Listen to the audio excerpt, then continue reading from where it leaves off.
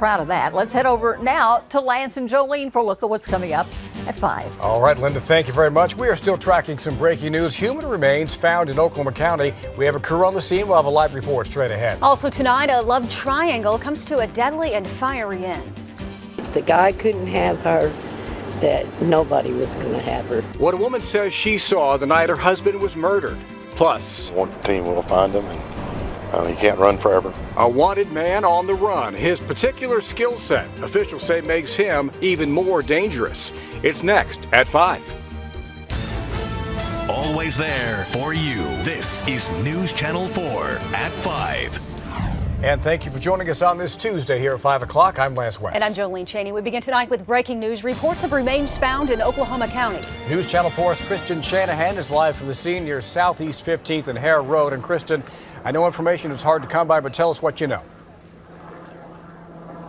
Well, around 11 this morning, a hunter called authorities saying he found a human skull about a half-mile north of here. Right now, we're at the command post. We're not allowed to get any closer than this. Deputies are wrapping up their search for the night because it's getting dark out here. We're going to take you to some video. Bob Moore Chopper 4 was over the scene earlier. Well, during their search, the sheriff says they found other human body parts along with that skull and some clothes. Right now, it's not known if there was any foul play surrounding the person's death. What we do know is that the remains appear to belong to an adult, but we don't know whether that adult was a male or female at this point. The medical examiner will take the remains in for positive identification and to try to figure out the cause of death. And of course, we're going to bring you the latest details as we get them. Reporting live in Oklahoma County, Kristen Shanahan, Oklahoma's News Channel 4. Now, first weather from the Forewarned Storm Team. A powerful weather system tracking across our state today, mixing all sorts of different kinds of seasons. Let me show you what's going on right now. We have some fall, we have some spring, we have a little winter time as well. It is cloudy and kind of blustery and showery in eastern Oklahoma. That's your fall weather. We have a nice little nose of springtime weather in the metro here behind the dry line and ahead of the cold front. And we have the cold front plunging through the western parts of our state. There is some rain-snow mix going on in the western Oklahoma panhandle right now. But it's near this yellow line, this dry line, near that and east of that for about the next 6 or 8 hours, where I'm concerned about a risk of getting a bit of severe weather. It is November, but severe weather is possible any time of year in our state. We know that as Oklahomans, don't we? Thunderstorms have tried to go up here west of the Arbuckles. Here is the risk from now till about midnight or so tonight. The tornado threat is low, but it's not zero. Golf ball size hail, 80-mile-per-hour winds. East of the dry line, just east of Oklahoma City in the yellow shaded area. By 10 o'clock tonight, the chance of rain between now and 10 is low to moderate to high. Here comes the cold front punching through Oklahoma City, guys, at about 8 p.m. this evening. That'll set the stage for this blusterier and chillier weather moving on in. I'll talk about Wednesday, Thanksgiving, and the upcoming weekend. That forewarned forecast moments away. All right. Thanks, Mike. Also tonight, a love triangle comes to a deadly end. A woman claiming her ex-boyfriend murdered her husband and then set their home on fire. The crime's unfolding in the town of Sayre, which is in Beckham County. News Channel 4's Sheldra Brigham has more on the details of this terrifying ordeal. Police say there were 3 people inside this house before it was set on fire. One is dead, another is in the hospital, and police say a third person could be responsible for it all. Police say the fire set inside this home was done to hide a heinous homicide, the end result of a deadly love triangle between the victim, Jerry Essery, his wife Pam, and a man Pam dated while separated from her husband. If the guy couldn't have her, that nobody was going to have her. Pam's close friend, Vania Payne, says the boyfriend didn't want to break things off. Why this crazy man do this? You know, I'm going to kill you all. I'll take you all out. You know, that's what she kept saying. He's going to take us all out. He's going to kill my grandbabies. A threat Payne says she talked about with Pam Essery before she was taken to the hospital. She said that he busted in on them and held them captive and told them, had her to the handcuffed to the refrigerator, and she said he went in, grabbed a pillow, put it over his head, and shot him, and then he set far to the house. Investigators believe the murder happened Monday night. They say Pam was able to get away. She said she got undone and she went to the side window of the house and she jumped out the window and she took off running. And she hid in a car over here at the Phillips 66 station. Waiting in fear until police came and found the suspect. He was found near the house in an alley inside his vehicle He was unconscious. There didn't appear to be any type of wounds to him. But how he became unconscious, we're not sure yet. Jerry Essery's family found out about what happened this morning. There are no words to describe their heartbreak. He's a great man. He never met a stranger. Loving, sweet, peaceful pawpaw, a great, good Christian man. Daniel Essery says his parents had their problems like any other couple, but they loved each other. And she'd leave and come back. But if we even moved anything out of place, he'd say, wait, no, that's not how it was when she was here. And he just anxiously waited for her to come back. He absolutely adored my mom. He adored his entire family. A love they will continue to hold on to. In Sayre, I'm Shelda Brigham, Oklahoma's News Channel 4. Pottawatomie County authorities asking for you to be on the lookout for a man they say is armed and extremely dangerous. As News Channel 4's Ashley Kringen reports, he failed to show up for his sentencing last Friday, and officials have a message for him tonight. Like I said, it's a no bond warrant. He is going to prison for 23 years. This is the most wanted man out of Pottawatomie County, David Allen Knight. Mr. Knight is actually an ex or a current MMA fighter, so we are considering him armed and dangerous. Knight failed to show up to court Friday, where a jury sentenced him to 23 years in prison. We need to get him in custody and get him off the street. According to these court documents, Knight was arrested here in McLeod in February of 2015 for first-degree robbery and eluding police. Documents go on to say Knight forcefully stole a man's truck in Shawnee. Later, officials spotted the stolen vehicle in McLeod, and Knight took off, eventually bailing from the pickup, running until an officer used a taser to stop him and take him into custody. I don't think he's far from Shawnee. I think somebody's hiding him out, and that's something else. If he is there, you can be charged with harboring. Officials hope people watching recognize Knight, relying on any tips that could lead them to his arrest. Mr. Knight needs to go ahead and turn himself in because the warrant team will find him, and he can't run forever. In Pottawatomie County, Ashley Kringen, Oklahoma's News Channel 4. All right, here's one more look at the suspect, David Allen Knight. Anyone with any information about his whereabouts is asked to call the Pot County warrant team right away. Well, she's a 4-year-old girl that shocked her parents when she arrived into this world, and now she's disarming the doctors who are saving her life from cancer. News Channel 4's Tara Bloom introduces us to a spunky kid with courage. There's a reason little Katie Green is humming with happiness on this mild fall day. She's back outside playing with her posse of cousins. When she got sick and her cousins couldn't be around her, she would cry for them and they would cry for her. Mom Susan says it was last June after a family trip when Katie couldn't shake a virus her cousins quickly recovered from. As soon as we went in, the pediatrician noticed her spleen was enlarged and she was too pale, so we ended up here that same afternoon. Now you gotta keep it open. The diagnosis, acute lymphoblastic leukemia, or ALL. And the first few weeks were a blur of intensive chemotherapy. At times, the medical attention overwhelms Katie. You wanna go home? But moments later, her spunky side always comes through. She is one of the most adorable patients I've had the pleasure to take care of. Dr. Osman Khan at Jimmy Evers Center for Cancer says it's thrilling to see a very sick child become cancer-free in just a few short weeks.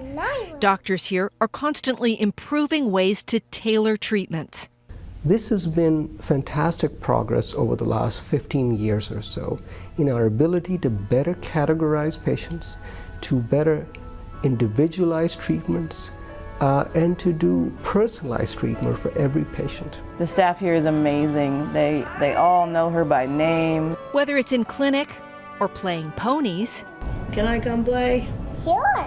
Katie's parents treasure each moment with the daughter they called their miracle baby. Now, Anna's window is right there. This one's Anna's? Okay.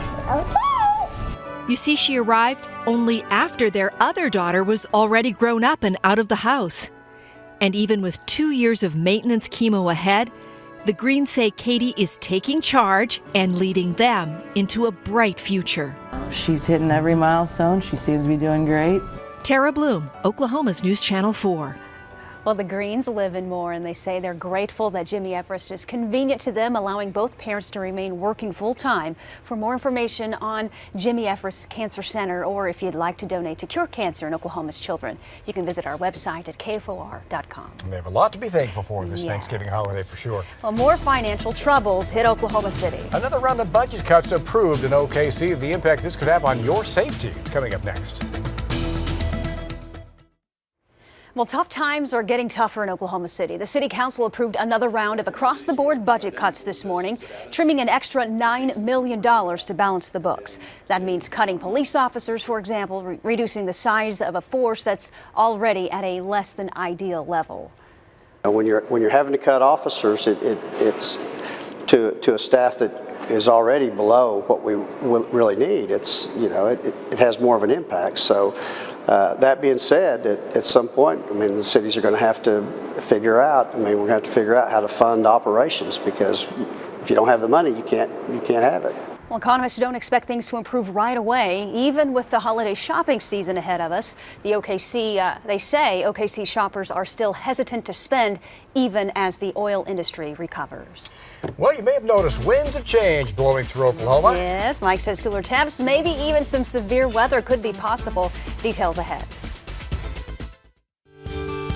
Now, here's Oklahoma's leading meteorologist, the forewarned storm team's Mike Morgan. Morgan. A day just like springtime today here in Oklahoma City as the sun sets here in 4 minutes' time, tracking a risk of some evening severe weather, at least a potential in parts of our state. Let's jump in and talk about this Oklahoma weather. So fascinating. It is mostly fair here in Oklahoma City. There are some towering cumulus, though, on the eastern sides of town. Looking westbound, though, it is currently clear. 72 degrees right now. The winds, well, they're now back out of the south, and the dew point's starting to climb a bit. The dry line is located out on the southern and eastern sides of Oklahoma City right now, and it's stalled out. It's not moving. 57 our low, 76 our daytime high. Missed a record by 2 degrees. Temperatures are from 68 and a 66 in Hinton to around 73. So it's going to be a pretty mild evening until this cold front arrives, and the cold front has got its track shoes on, and it's rapidly approaching the metro right now. It'll be breezing through here between 7 and 7:30 this evening, and the dry line is just on the eastern sides of Oklahoma City. So this is fall weather here, spring weather here,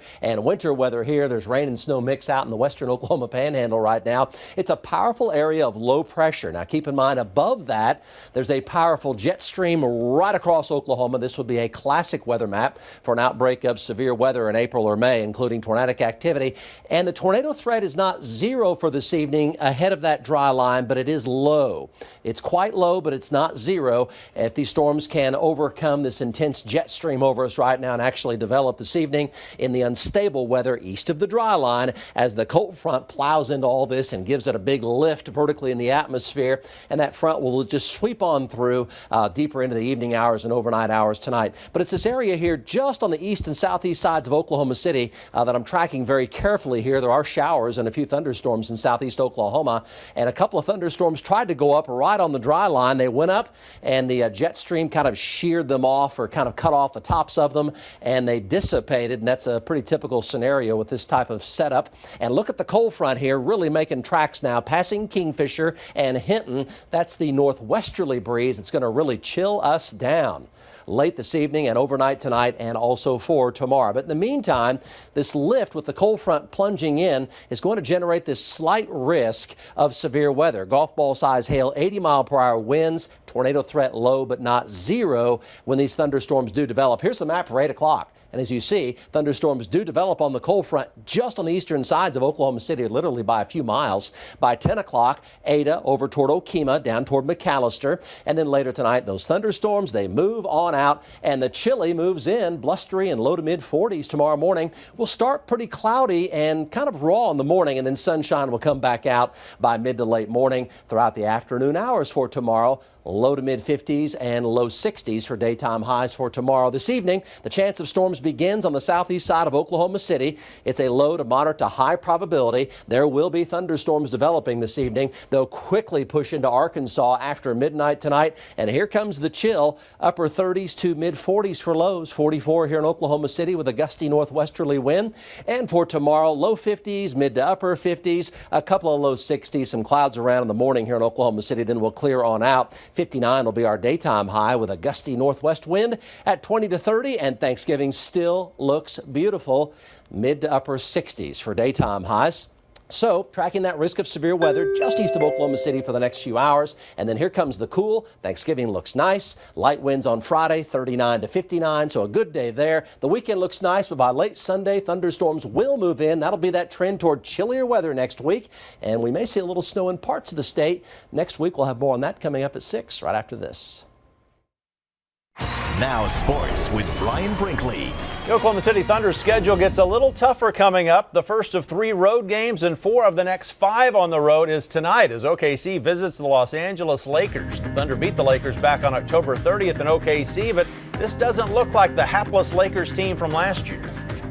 You know, the game at our place was a close game. We kind of broke it open inside the last 4 or 5 minutes. They are a very explosive team offensively, and a lot of versatility. A lot of guys that can create, put on the floor, generate offense. So be a great challenge for us defensively tonight, you know, coming off a game where we need to make some improvements defensively. Late tip time of 9:30 tonight. Oklahoma State's men's basketball schedule is getting tougher as they go along. It takes a major step up tonight as OSU meets 4th-ranked North Carolina at 9:30 as well in the Maui Invitational. The Cowboys won their 4th straight to start the season last night with a 98-90 win over Connecticut. I thought we got off to a great start. I thought our defensive intensity was bothersome for them. And, you know, I love the fact we had 18 steals. That's a great number. That means we're being active and bothersome. Can't wait to see what Brad Underwood and the Cowboy coaching staff wear tonight. The OU and OSU football teams get an extra week to prepare for the big Bedlam game a week from Saturday in Norman. Both teams will be brimming with confidence going in. The Sooners have won 8 straight and the Cowboys 7 in a row. A lot of confidence.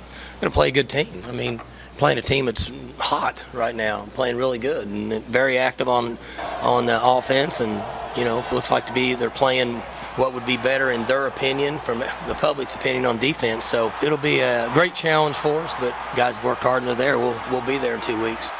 It will no doubt be an emotionally charged game when the Sooners host the Cowboys. OU is coming off a win over West Virginia that got a little heated even before the game started, with both teams meeting at midfield to talk trash. But the Sooner coach liked how his team kept their composure.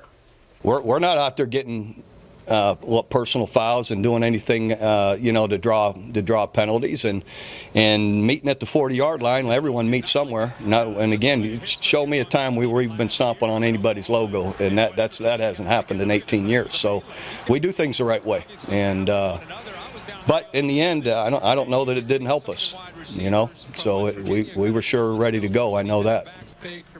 And longtime L.A. Dodgers announcer Vin Scully was honored with the Presidential Medal of Freedom today, along with another legend, Mr. Bruce Springsteen, Kareem Abdul-Jabbar, and Michael Jordan as well. Not a bad list. Keep it here for a look at what's coming up at 6.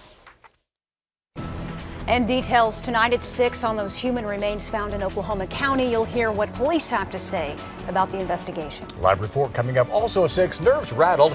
What Cushing residents are saying about 2 more big earthquakes hitting their town. It's coming up after NBC Nightly News. Stick around. We're back at 6.